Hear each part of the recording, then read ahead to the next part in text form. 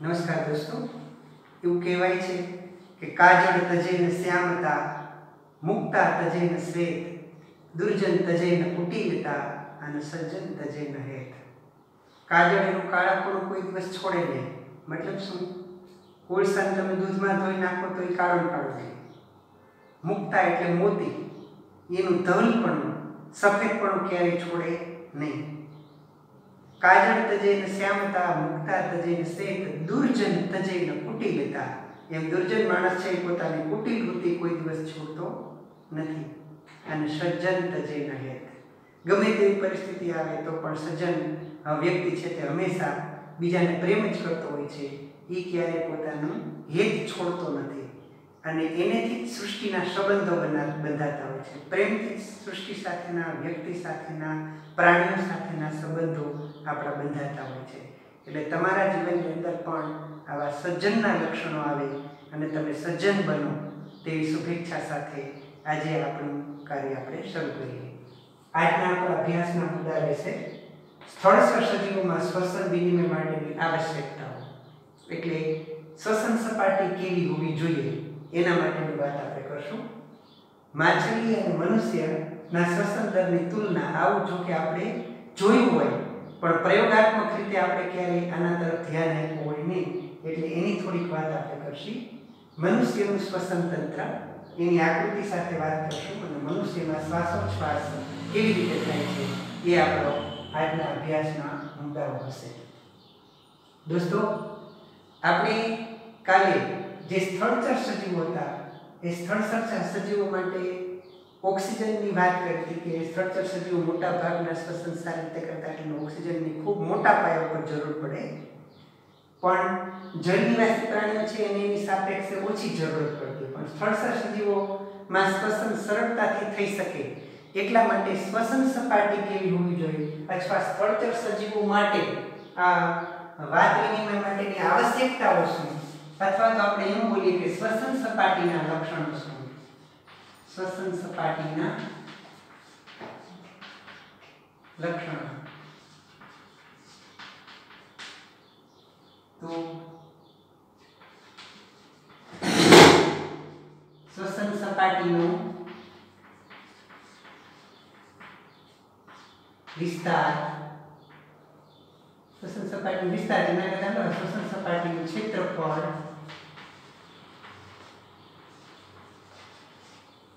વધુ હોવું જોઈએ.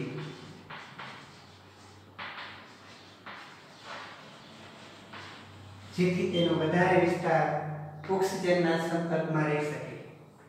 શ્વસન સપાટી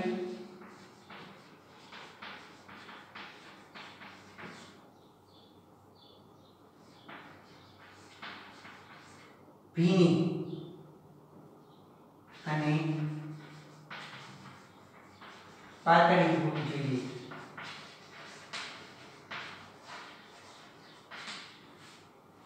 પછી રક્ષણના હેતુ માટે તે શરીરના અંદર આવેલી હોવી જોઈએ.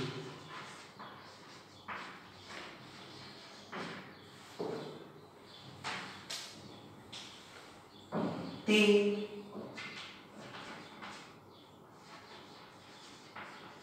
બહારની હવાના સીધા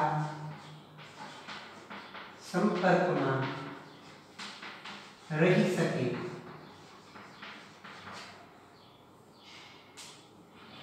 તે માટે બહારથી સપાટી સુધી વહનનો માર્ગ હોવો જોઈએ.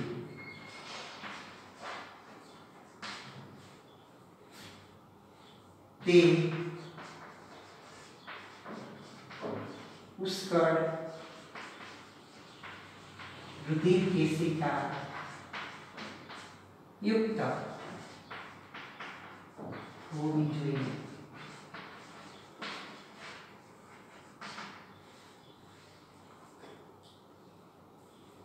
દોસ્તો શ્વસન સપાટી કેવી હોવી જોઈએ તે આના વિશે વાત કરીએ. આપણે એમ કહીએ છીએ કે શ્વસન સપાટી દ્વારા ઓક્સિજન છે એ શરીરની અંદર જતો હોય છે. એટલા માટે શ્વસન સપાટીનું ક્ષેત્રફળ ખૂબ વધુ હોવું જોઈએ. જેટલું વિસ્તાર વધારે હોય એટલું ઓક્સિજન છે તે વધારે શરીરની અંદર ગ્રહણ થાય. એટલા માટે શ્વસન સપાટીનું ક્ષેત્રફળ ખૂબ વધારે હોવું જોઈએ, જેથી બહારના ઓક્સિજનના સંપર્કમાં તે વધારે રહી શકે. શ્વસન સપાટી ભીની ને પાતળી હોવી જોઈએ, કારણ કે ત્યાં પ્રસરણ થાય છે. એટલે શ્વસન સપાટી અંદરથી વાયુ ઓક્સિજન શરીરના અંદર જતો હોય છે. એટલા માટે એ સપાટી પાતળી હોય તો પ્રસરણ સરળતાથી થઈ શકે. એટલા માટે શ્વસન સપાટી છે તે પાતળી અને ભીની હોવી જોઈએ, જેને કારણે સરળતાથી ઓક્સિજન છે તે શરીરની અંદર દાખલ થઈ શકે. રક્ષણના હેતુ માટે શ્વસન સપાટી અતિ મૃદુ હોય. જો આવી સપાટી બહારના તરફ આવેલી તો નુકસાન થવાની વધારે સંભાવના છે. તેથી આવી સપાટી છે તે રક્ષણના હેતુ માટે શરીરની અંદર આવેલી હોવી જોઈએ, જેથી રક્ષણ થાય. દાખલા તરીકે આપણા ફેફસા છે એ ફેફસા પાંસળી વડે રક્ષાયેલા છે, પાંસળીઓની અંદરના ભાગમાં આવેલા છે. એ બહારની હવાના સીધા સંપર્કમાં રહી શકે તે માટે બહારથી ઠેઠ હવા ત્યાં પહોંચે એવી પ્રકારે એનો આખો માર્ગ હોવો જોઈએ, જેથી કરીને બહારની હવા કે ઓક્સિજન છે તે સીધો ત્યાં સુધી પહોંચી શકે. એ પુષ્કળ રુધિર કેશિકાયુક્ત હોવી જોઈએ, કારણ કે રુધિર કેશિકાઓ છે રુધિર દ્વારા ઓક્સિજનનું વહન થતું હોય છે. શ્વસન સપાટીનો જ્યાં અંત આવતો હોય ત્યાં, અથવા તો શ્વસન સપાટી જ્યાં હોય ત્યાં અસંખ્ય રુધિર કેશિકાઓ હોવી જોઈએ, જેથી રુધિર કેશિકામાં થઈ અને ઓક્સિજન છે તે આખા શરીરની અંદર પહોંચે એવા પ્રકારની વ્યવસ્થા હોવી જોઈએ. અર્થાત આ બધા લક્ષણો છે તે શ્વસન સપાટી ધરાવતા મોટા ભાગના પ્રાણીઓમાં, આપણામાં પણ તમે જોઈશો તો આપણા ફેફસા અંદરથી ઘણા બધા વિશાળ ક્ષેત્રફળવાળા હોય. ફેફસાની સપાટી હંમેશા ભીની રહેતી હોય, અંદરની સપાટી અતિશય પાતળી હોય. અને આપણે પણ રક્ષણના હેતુ માટે તે શરીરની અંદરના ભાગમાં હોય છે. બહારના હવાના સીધા સંપર્કમાં, એટલે બાહ્ય નાસિકા પોટાર છે અહીંયાથી શ્વાસ નળી મારફતે ફેફસા છે એની અંદર હવા પહોંચે એવો આપણે માર્ગ પણ છે. અને ત્યાં છેવટે ફેફસાનો જે ભાગ છે એ ભાગની અંદર પુષ્કળ રુધિર કેશિકાઓ પણ, જ્યાં વાયુ કોષ્ઠ હોય ત્યાં પુષ્કળ રુધિર કેશિકાઓ આવેલી હોય એવી આ બધા શ્વસન સપાટીના લક્ષણો છે. હવે આપણે છે અથવા તો કોઈ સ્થળચર સજીવો છે, એ સ્થળચર સજીવો એ સીધા વાતાવરણના કે હવાના સંપર્કમાં હોય એટલે એને પુષ્કળ પ્રમાણમાં ઓક્સિજન મળી રહેતો હોય અને એના દ્વારા તે શ્વસન પ્રક્રિયા છે તે સરળતાથી કરી શકતો હોય. પણ જે સજીવો જલચર છે અથવા તો પાણીમાં રહે છે એવી પ્રકારના સજીવો છે એને ઓક્સિજન આ સ્થળચરના સજીવના સાપેક્ષમાં એને ઓછો મળતો હોય. તો ક્યારે તમે જો ત્યાં માછલી ઘરમાં ગયા હોય ને માછલી ઘર જોયું હોય તો તમને ધ્યાનમાં આવે કે માછલીના આકાર છે તે આવા હોય ને માછલીઓ છે તમે જોઈ હોય, મોટાભાગની માછલીઓ છે તે આવા પ્રકારની જોઈ તમારા ધ્યાનમાં છે, તમને ખબર છે.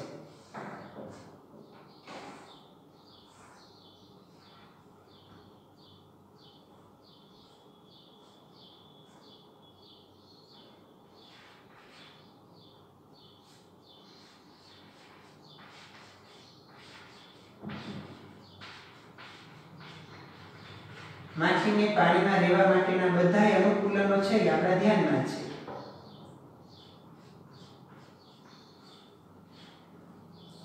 માછલી ઘરમાં તમે જોઈશો તો તમે બરાબર એવું અવલોકન કર્યું હશે કે માછલી થોડીક વારમાં છે ને કેટલી વખત મોઢું ખોલે અને કેટલી વખત મોઢું બંધ કરે. પણ એની સાથે સાથે જો તમે જોઈશો તો જ્યારે માછલીનું મોઢું ખુલ્લું હોય ને ત્યારે અહીંયા નાના ફાટ છિદ્રો આવેલા એને ઝાલર કહેવાય. ઉપર ગળીમય એક આવરણ આવેલું હોય એને ઝાલર ઢાંકણ કહેવાય, ઝાલર કહેવાય. અહીં ઝાલરથી માછલી છે ને અહીંથી મોઢામાં પાણી ગ્રહણ કરે એટલે મોઢું ખુલે પછી મોઢું બંધ કરી દે ને ત્યારે આ ઝાલર ઢાંકણ છે તે ખુલે. આ ઝાલર ઢાંકણ કહેવાય. એના વડે શ્વસન કરતી હોય. અહીંયા પુષ્કળ પ્રમાણમાં રુધિર કેશિકાઓની બધી આવેલી હોય અને અહીંથી માછલી છે તે મોઢામાંથી પાણી ભરી બંધ કરી અહીંથી દબાણપૂર્વક બહાર કાઢે એટલે ત્યાં જે બધા રુધિર કેશિકાઓ છે એની અંદર ઓક્સિજન છે તે ઓગળે અને એ શ્વસન પ્રક્રિયા છે તે કરતી હોય. એટલે માછલી વારંવાર મોઢું છે તે ખુલ બંધ કરતી હોય. જેને કારણે મોઢામાંથી પાણી જાય અને અહીંથી પાણી છે તે બહાર નીકળતું હોય. તો માટલી ઘરમાં જાવ ત્યારે આ વખતે ચોક્કસપણે ગણજો કે 1 મિનિટમાં માટલી છે તે કેટલી વાર મોઢું ખોલીને બંધ કરે છે. મોઢું ખોલીને બંધ કરે ત્યારે એની સાથે કઈ સંબંધ હોય છે? મોઢું ખોલવાના આ ઢાંકણું ખોલવા સાથે જ્યારે મોઢું છે તે ખોલે ત્યારે આ ઢાંકણું બંધ હોય, તો મોઢું બંધ કરી દઈએ ત્યારે ઢાંકણું છે તે ખુલે અને ત્યાંથી પાણી છે તે નીકળતું હોય. પણ તમે અવલોકન કરશો, તમે નોંધશો કે 1 મિનિટની અંદર 66 થી 78 વખત 66 થી 78 વખત આ માટલી છે ને એ માટલી પોતાનું મોઢું ખુલ બંધ કરે 1 મિનિટમાં. એની સાથે સાથે તમે તમારું પણ ચકાસણી કરી શકો, તમારું પણ જોઈ શકો, નાકે હાથ રાખવા, ટાઈમર ચાલુ કરવાનો, 1 મિનિટમાં જોવાનું કે આપણે કેટલી વારમાં શ્વાસ અંદર લઈએ છીએ, બહાર કાઢીએ છીએ, અંદર લઈએ છીએ, બહાર કાઢીએ છીએ. તો તમને ખબર પડશે કે આપણે લગભગ 15 થી 18 વખત 1 મિનિટની અંદર શ્વાસ છે તે લેતા હોય. તો તમારા ધ્યાનમાં આવશે આ વાત, એટલા માટે મેં તમને આંકડો કીધો. પણ આવી પ્રવૃત્તિ આપણે ઘરે કરી શકીએ, આવું આપણે જોઈ શકીએ, આવું આપણા ધ્યાનમાં આવે અને આપણને ખબર પણ પડે કે આવું થાય છે. તો તમે જોઈ શકો માછલીનો શ્વસન દર ખૂબ વધારે છે અને આ જે મનુષ્ય છે એનો શ્વસન દર છે તે ખૂબ ઓછો છે. એના માટેનું કારણ શું છે એ હવે તમારા ધ્યાનમાં આવ્યું હશે. કારણ કે માછલી પાણીમાં ઓગળેલો ઓક્સિજન મેળવે છે, એટલે પાણીમાં ખૂબ જ ઓછો ઓક્સિજન હોય, એટલે એ ઓક્સિજન છે તે એના અંદર ગ્રહણ કરવા માટે એને છે તે એની અંદર વારંવાર મોઢું ખોલ બંધ કરીને એ પાણી અંદર લેતી હોય અને આ ઝાલરથી પાણી છે તે બહાર ધકેલતી હોય. આમ મનુષ્યમાં શ્વસન દર ઓછો છે, માછલીમાં શ્વસન દર વધારે છે. એટલે કે બેની આપણે તુલના કરીએ તો આમાં તો પ્રતિ મિનિટે 66 થી 78 જેટલા એ 78 વખત એ શ્વસન પ્રક્રિયા કરે છે, જ્યારે આપણે 15 થી 18 વખત આવી શ્વસન પ્રક્રિયા છે તે કરતા હોય. તો આવું જે આપણે શ્વાસ લઈએ છીએ એના માટે મનુષ્યમાં એટલે ઉચ્ચ કક્ષાના પ્રાણીઓમાં આવું આખું શ્વસન તંત્ર વિકસિત પામેલું છે. જો નીચલી કક્ષાના પ્રાણીઓ હોય તો એને આવા શ્વસન તંત્રની જરૂર ન પડે. અમીબા, પેરામેસિયમ એના જેવા પ્રાણીઓ હોય તો એમાં આવી શ્વસન તંત્રની જરૂર પડતી નથી. આપણે એ પણ એવું જોયું છે કે વનસ્પતિમાં આવો શ્વસન દર છે તે વનસ્પતિ શ્વસન કેવી રીતે કરે છે એના વિશેની વાત આપણે કરી છે. કે વનસ્પતિમાં પર્ણરંધ્ર દ્વારા બહારથી ઓક્સિજન છે તે આવે અને એ કોષો વચ્ચેની જગ્યામાં ફેલાય, પ્રસરણથી કોષોમાં જાય, એમાં ઉત્પન્ન થતો કાર્બન ડાયોક્સાઇડ વાયુ છે, કાર્બન ડાયોક્સાઇડ વાયુ બહાર નીકળી જાય. આ રીતે એમાં શ્વસન થતું હોય. દિવસ દરમિયાન પ્રકાશ સંશ્લેષણની પ્રક્રિયા થાય અને રાત્રિ દરમિયાન મોટા ભાગે શ્વસનની પ્રક્રિયા થાય. દિવસ રાત શ્વસનની પ્રક્રિયા તો ચાલુ જ હોય, પણ પ્રકાશ સંશ્લેષણ માત્ર દિવસે થાય. એટલે દિવસે જે વનસ્પતિની અંદર ઓક્સિજન ઉત્પન્ન થાય એની સાથે સાથે શ્વસનમાં થોડો કાર્બન ડાયોક્સાઇડ પણ ઉત્પન્ન થયો હોય, પણ ઉત્પન્ન થયેલો કાર્બન ડાયોક્સાઇડ પાછો પોતાના શ્વસનમાં એ વાપરી લેતી હોય. એટલે દિવસ દરમિયાન કાર્બન ડાયોક્સાઇડ બહાર નીકળવાની પ્રક્રિયા વનસ્પતિમાં બનતી નથી અને બને તો ખૂબ ઓછી બનતી હોય, પણ એમાં દિવસ દરમિયાન ઓક્સિજન બહાર આવે અને રાત્રિ દરમિયાન એ વનસ્પતિ છે તે ઓક્સિજન અંદર લે અને ઉચ્છ્વાસમાં જે કાર્બન ડાયોક્સાઇડ છે તે કાર્બન ડાયોક્સાઇડ બહાર કાઢતી હોય.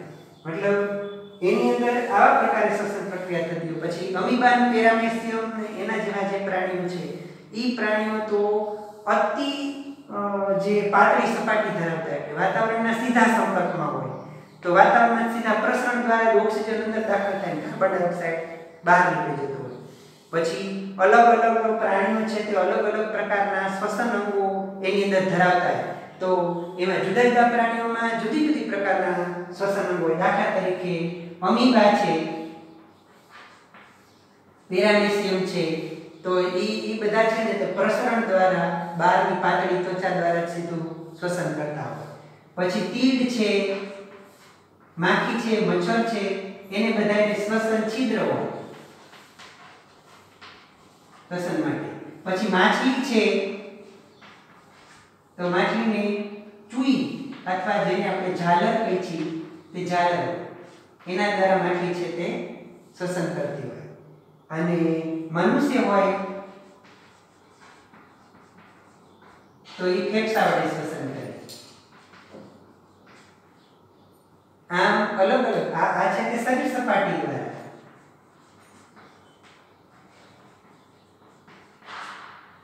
અને અળસિયું હોય અળસિયું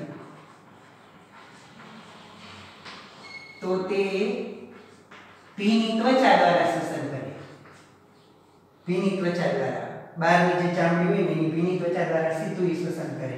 દેડકું હોય તો દેડકું છે તે થોડુંક અડધું શ્વસન છે તે ત્વચા વડે પણ કરે અને એને ફેફસા પણ હોય.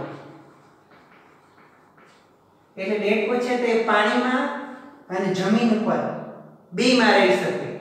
પાણીમાં હોય અને શીત સમાધિ કે ગ્રીષ્મ સમાધિ ગાળવા જ્યારે જમીનમાં ગયો હોય ત્યારે દેડકો છે તે મોટા ભાગે ત્વચા વડે શ્વસન કરતો હોય, પણ બહાર જ્યારે હોય ત્યારે તે ફેફસા વડે શ્વસન કરતો હોય.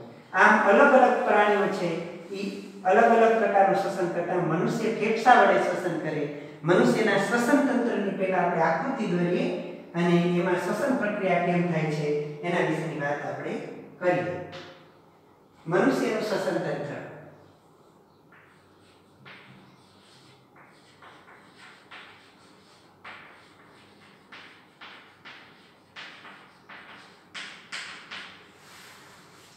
આકૃતિમાં સાથે નિરાતે દોરજો જેથી કરીને તમને ધ્યાન આવે કે કેવી રીતે આપણે આકૃતિ દોરીએ છીએ. પેલો જે ગઈકાલે આપણે માણસનો જે ચહેરો દોર્યો હતો એવો જ માણસનો એક પેલા ચહેરો દોરીએ.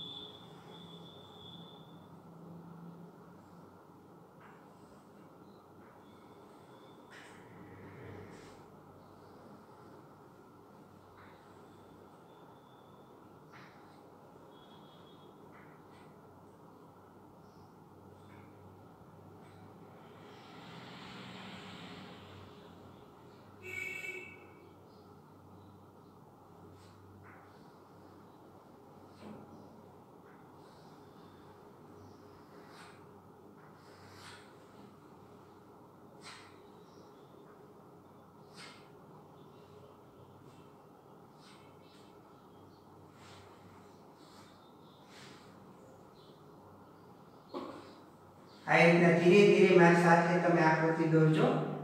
પાચન તંત્રની હતી એના કરતાં તો સહેલી આકૃતિ છે.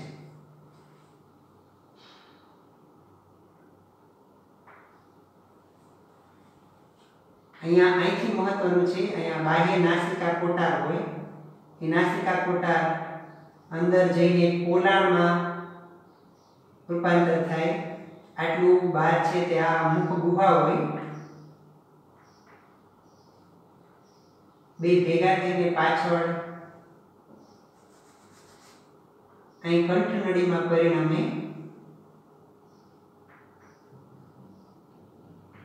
આગળ જતા એના બે ફાટા પડે તેમ અહીંયા આ બાજુની અન્નળી છે. હવે આ બાજુ અહીંયા આપણે શ્વાસ નળી દોરીએ છીએ.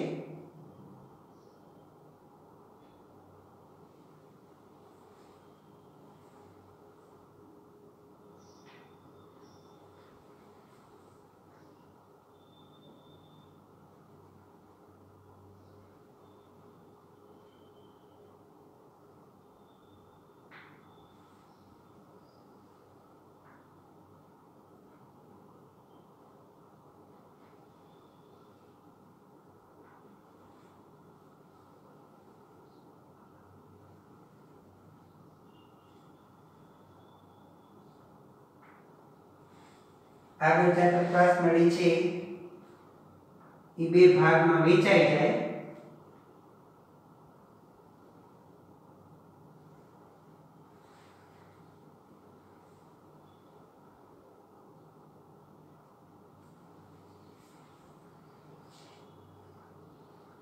અહીંયા સી આકારની હાડકાની કડીઓ આવેલી હોય.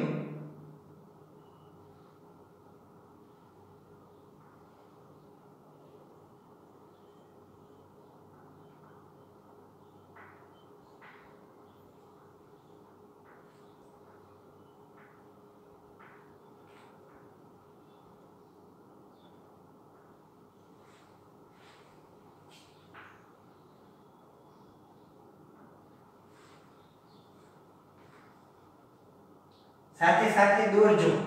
આકૃતિઓ હંમેશા સાથે સાથે જ દોરવાની અને તો જ તમને તે ધ્યાનમાં આવશે.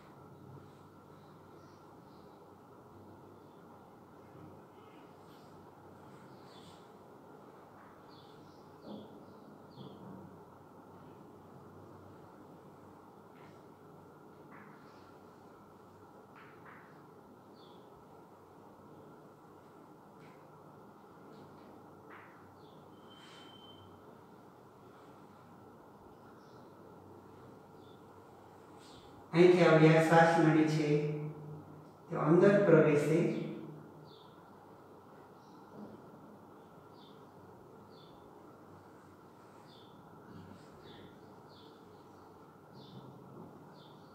અને અસંખ્ય શાખાઓની અંદર વેચાય છે.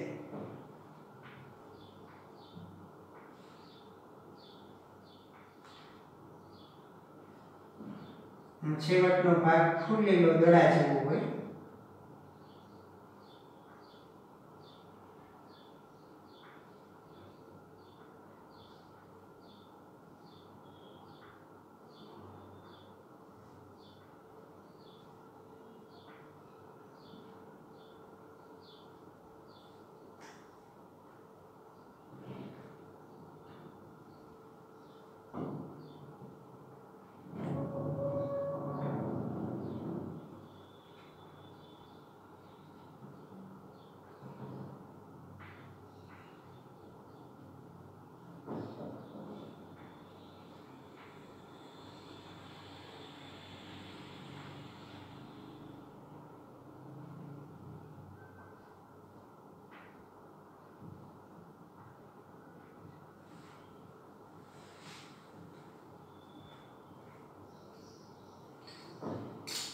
આના ફરતી આની પર આમ પાસળીઓ આવેલી હોય પણ પાસળીઓ ત્યારે આપણે ના દર્શાવીએ તો ચાલશે.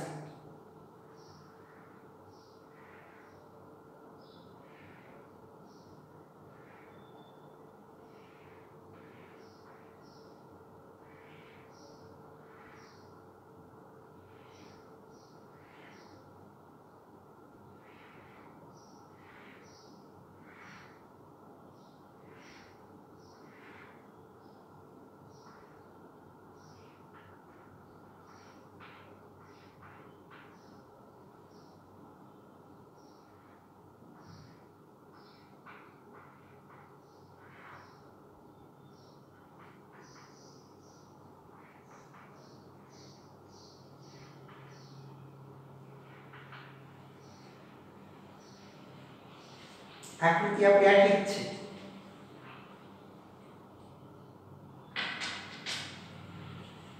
છે ને ઓછી બરાબર એને બહુ જાજી નથી.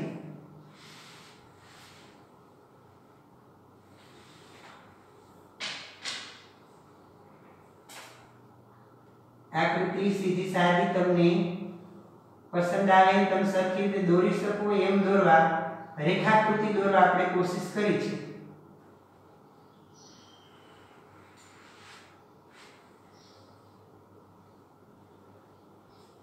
અહીંથી આપણે નામ નિર્દેશન આપીએ.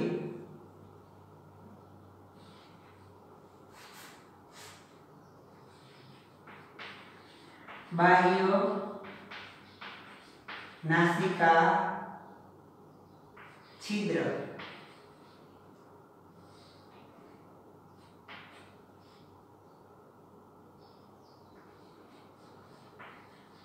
મુખગુહા,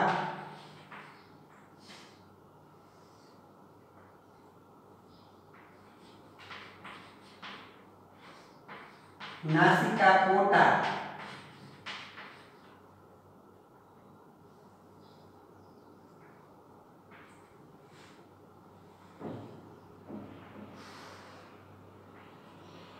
કંઠનળી,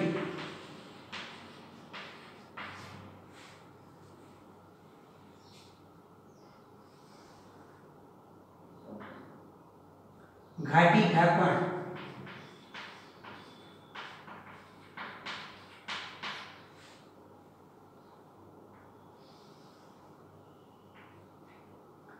સ્વરયંત્ર,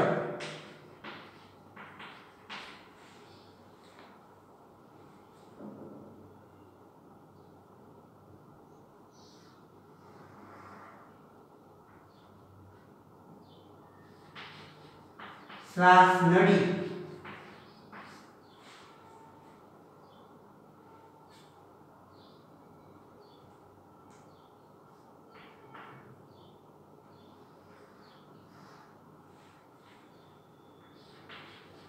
શ્વાસ વાહિની,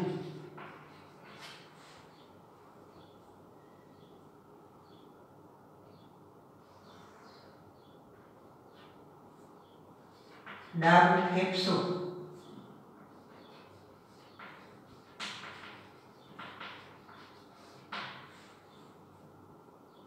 આ બધી પાંસળીઓ છે.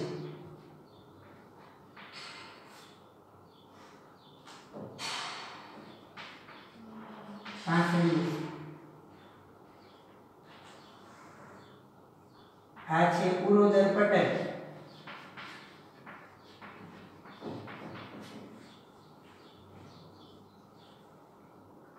અહીં છે શ્વાસ. પેલા ફેફસાનું નામ આપી દો, જમણો ફેફસાનું, જમણું ફેફસું.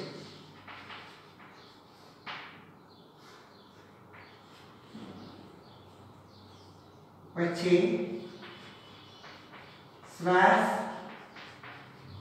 વાહિકા,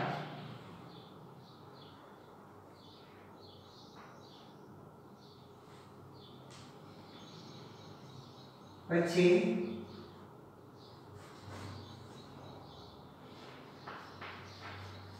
વાયુ કોષ્ઠ,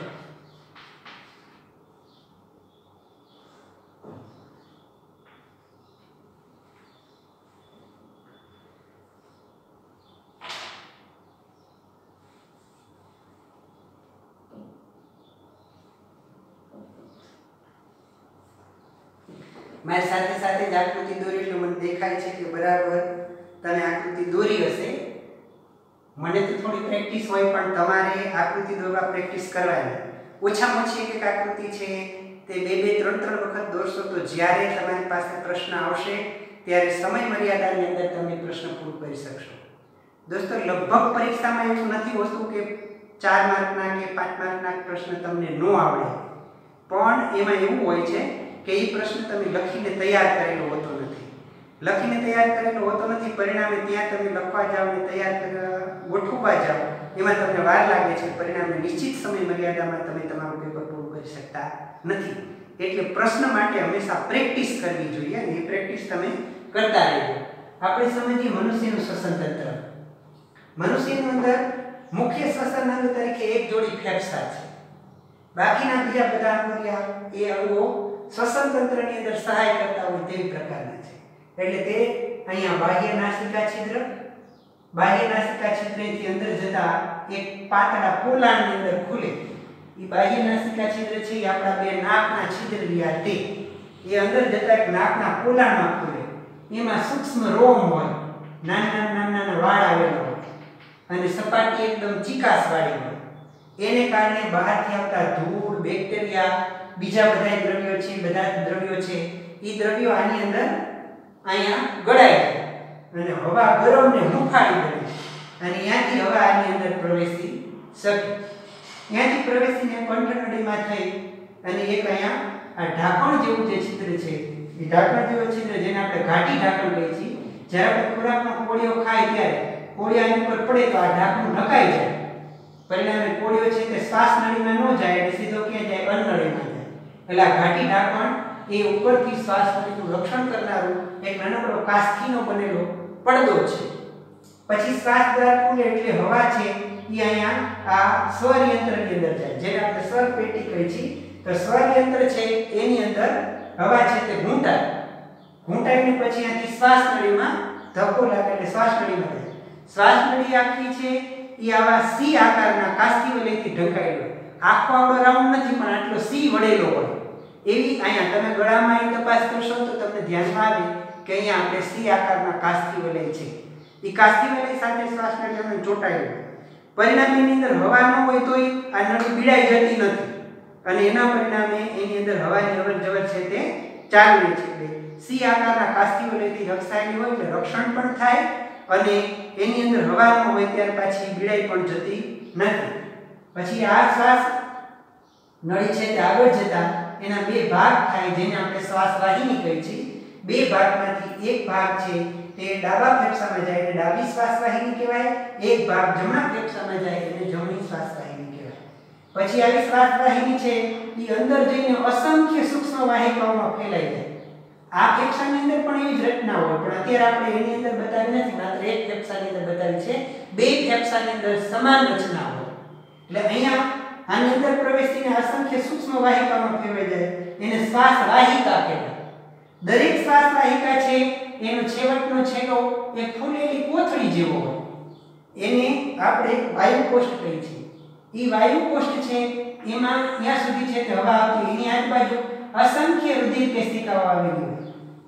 અહીંથી જ્યારે ઓક્સિજન આવે ત્યારે આ રુધિર કેશિકાઓની અંદર ઓક્સિજન આવી જાય અને એમાંથી જ કાર્બન ડાયોક્સાઇડ પાછો આ શ્વાસ વાહિકાની અંદર આવે. આ ઉરુદર પટલનો પડદો છે ને એ શ્વસન તંત્ર સાથે સીધો જોડાયેલો નથી પણ તે શ્વાસ ક્રિયાની અંદર કેવી રીતના મદદ કરે છે મનુષ્યના શ્વાસોશ્વાસની અંદર આપણે પાછા જોઈએ છીએ. ત્યારે અહીંયા જ્યારે આની અંદર આ જે ઓક્સિજન આની અંદર લેવાઈ જાય અને કાર્બન ડાયોક્સાઇડ આની અંદર મુક્ત થાય ત્યાર પછી શ્વાસ વાહિકામાંથી શ્વાસ વાહિનીમાં, શ્વાસ વાહિનીમાંથી શ્વાસ નળીમાં, ત્યાંથી સ્વર યંત્રમાં થઈ અને અહીંથી આગળ એ નાસિકા પકાર વટે કાર્બન ડાયોક્સાઇડ યુક્ત હવા છે તે બહાર નીકળી જતી હોય. આ થયું મનુષ્યના શ્વસન તંત્રનું વર્ણન. મનુષ્યનું મુખ્ય શ્વસન અંગ કયા છે? ફેફસા. પણ એની આરે કયા કયા બીજા જોડે બાહ્ય નાસિકા છિદ્ર છે, કંઠ નળી છે, શ્વાસ નળી છે, શ્વાસ વાહિની છે, શ્વાસ વાહિકા છે અને આ ફેફસાઓ છે. બરાબર, મુખ્ય શ્વસન અંગ જે ફેફસાઓ છે. પણ આ શ્વાસ વાહિકાઓ ફેફસાની અંદર જઈને પછી અસંખ્ય વાહિકાઓમાં વહેંચાઈ જાય છે એને શ્વાસ વાહિકા આપણે કહીએ છીએ અને એનો છેવટનો છેડો ફૂલેલી કોથળી જેવો હોય છે એને આપણે વાયુકોષ્ઠ કહીએ છીએ. વાયુકોષ્ઠમાં હવા પહોંચ્યા પછી ઓક્સિજન ત્યાં લેવાઈ જાય, કાર્બન ડાયોક્સાઇડ એની અંદર આવે અને લેવડ દેવડ હવાની થતી હોય. તો દોસ્તો આમાં મનુષ્યમાં આ ક્રિયા કેવી રીતે થાય છે? શ્વાસોચ્છ્વાસ, શ્વાસોચ્છ્વાસ, શ્વાસોચ્છ્વાસ. સ્વાભાવિક રીતે આ ક્રિયા આ શબ્દ છે તે એક શબ્દનો નહીં પણ બે શબ્દનો બનેલો છે. એક છે એમાં શ્વાસ અને બીજો છે ઉચ્છ્વાસ. ઓક્સિજન યુક્ત હવા છે એ માનવ શરીરના ફેફસાની અંદર દાખલ કરવાની ક્રિયાને શ્વાસ કહેવાય અને કાર્બન ડાયોક્સાઇડ યુક્ત હવા છે તે બહાર કાઢવાની પ્રક્રિયા છે ને આપણે શું કહીએ છીએ? ઉચ્છ્વાસ કહીએ છીએ. તો આમાં પ્રક્રિયા કેવી રીતે બને છે? જો જ્યારે આ ઉરુદર પટલના સ્નાયુ છે એ ખેંચાય નીચેની તરફ ત્યારે છાતીમાં પોલાણ વધે, ઉરસ્ય પ્રદેશની અંદર પોલાણ વધે એટલે કે આની અંદર જગ્યા થાય અને દબાણ ઘટે.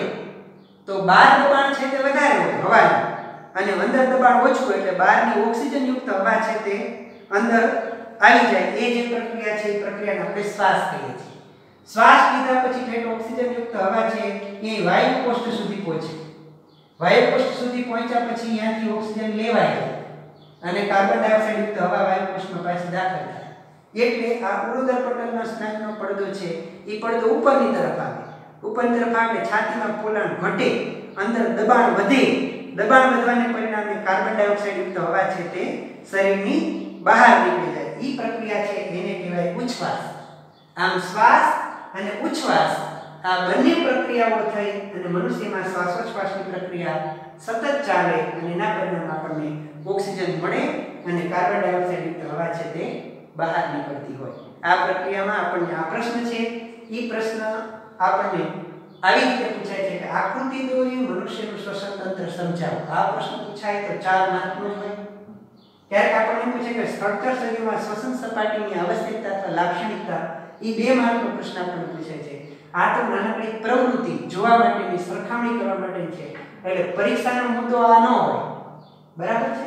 પણ છતાંય આપણે ધ્યાનમાં રાખવાનું કે 66 થી 78 વખત માછલી છે તે શ્વાસ લે 1 મિનિટમાં અને માણસ છે તે 15 થી 18 વખત લે. ભાઈ મનુષ્યનું શ્વસન તંત્ર અને મનુષ્યમાં શ્વાસોચ્છ્વાસ, આ શ્વાસોચ્છ્વાસ લેવું એ 2 માર્કમાં આપણને પૂછાય છે. ફરીથી એક વખત શ્વાસોચ્છ્વાસની વાત કરીને આપણે આપણી વાત આજની અહીંયા પૂરી કરીએ. પણ શ્વાસોચ્છ્વાસ એટલે શું? ઓક્સિજન યુક્ત હવા શરીરની અંદર લેવાની પ્રક્રિયાને શ્વાસ કહેવાય. શ્વાસની પ્રક્રિયા દ્વારા ઓક્સિજન છે તે બાહ્ય નાસિકા છિદ્રથી માંડીને ઠેઠ વાયુકોષ્ઠ સુધી પહોંચે. ત્યાં ઓક્સિજનની લેવડ દેવડ થાય, મતલબ ઓક્સિજન છે તે રુધિર કેશિકાની અંદર ગ્રહણ થાય, કાર્બન ડાયોક્સાઇડ ત્યાંથી બહાર નીકળે અને કાર્બન ડાયોક્સાઇડ વાળી હવા ફેફસાની અંદર આવે ત્યારે પહેલા ઉરોદર પટલના સ્નાયુ છે એ નીચેની તરફ આવેલો, એના પરિણામે અંદર જગ્યા વધે, દબાણ ઘટે તો બહારની ઓક્સિજન યુક્ત હવા અંદર આવે. ઉરોદર પટલના સ્નાયુ છે એ વિકચન પામે ત્યારે અંદર દબાણ થાય, અંદરની જગ્યા ઘટે અને દબાણપૂર્વક કાર્બન ડાયોક્સાઇડ યુક્ત હવા છે તે શરીરની બહાર નીકળી જાય. ઈ પ્રક્રિયાને આપણે શું કહીએ છીએ? ઉચ્છ્વાસ. બરાબર. તો દોસ્તો આજનું આપણું જે હોમવર્ક હશે એ હોમવર્ક આવું હશે કે સ્થળચર સજીવોમાં શ્વસન સપાટીની આવશ્યકતા અથવા લક્ષણો લખો. બીજું, આકૃતિ દોરી મનુષ્યનું શ્વસન તંત્ર સમજાવો. અને ત્રીજો પ્રશ્ન આપણો હશે મનુષ્યમાં શ્વાસોચ્છ્વાસ કેવી રીતે થાય છે તે સમજાવો. આ જુદા જુદા પ્રાણીઓના આ જે શ્વસન અંગો છે એ ક્યારેક એકાદ માર્કની અંદર આપણે પૂછાતા હોય છે અને જોડકામાં પણ પૂછાતા હોય છે.